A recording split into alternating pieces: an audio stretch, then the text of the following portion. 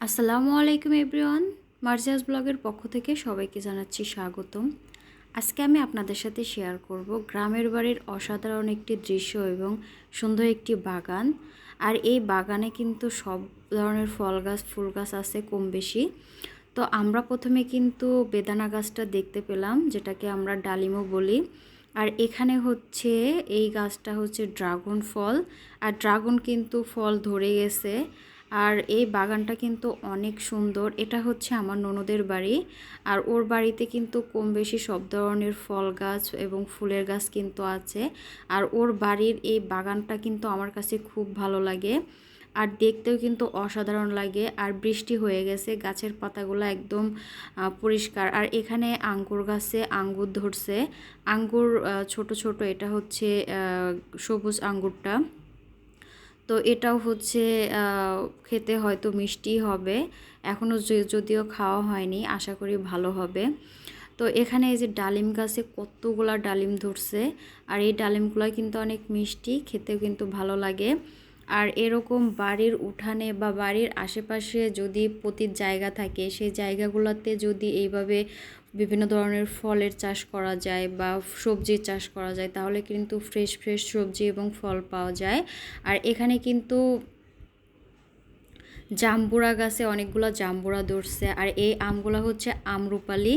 আর আমরুপালি আম তো আমরা সবাই জানি অনেক মজা, আর আমের মধ্যে যে আমটা সবচেয়ে বেশি মজা লাগে সেটা হচ্ছে আমরুপালি। আর ওর বাগানে কিন্তু অনেক আম ধরছে, সাথে কিন্তু পেয়ারা গাছও আছে, ছোট ছোট পেয়ারাও ধরছে। তো আমরুপালি কয়েকটা গাছ ছিল, আর বেশ অনেকগুলো আম ধরছে। আর এই যে একটা আম, এই আমটা কিন্তু অনেক বড় ছিল, হয়তো ক্যামেরাতে বোঝা যাচ্ছে না।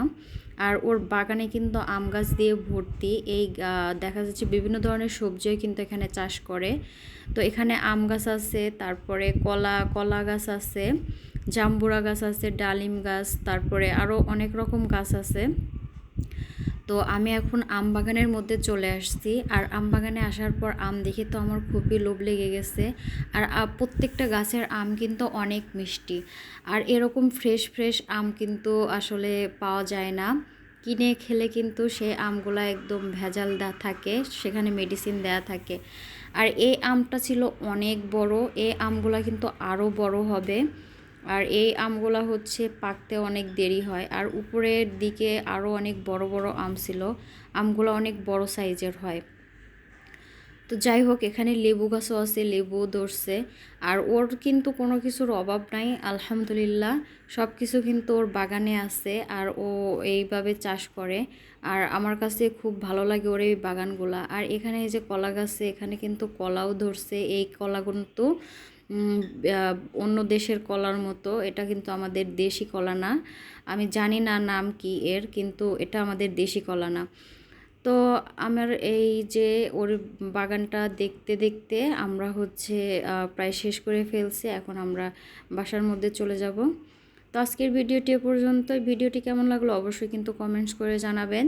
আর যারা আমার পেজটি এখনও ফলো করেননি, প্লিজ পেজটি ফলো করে পাশে থাকবেন এবং লাইক কমেন্ট শেয়ার করবেন। আর যারা ইউটিউব চ্যানেল থেকে দেখছেন, অবশ্যই চ্যানেলটি সাবস্ক্রাইব করে পাশে থাকা বেল বাটনটি বাজিয়ে দিবেন। আল্লাহ হাফেজ সবাইকে।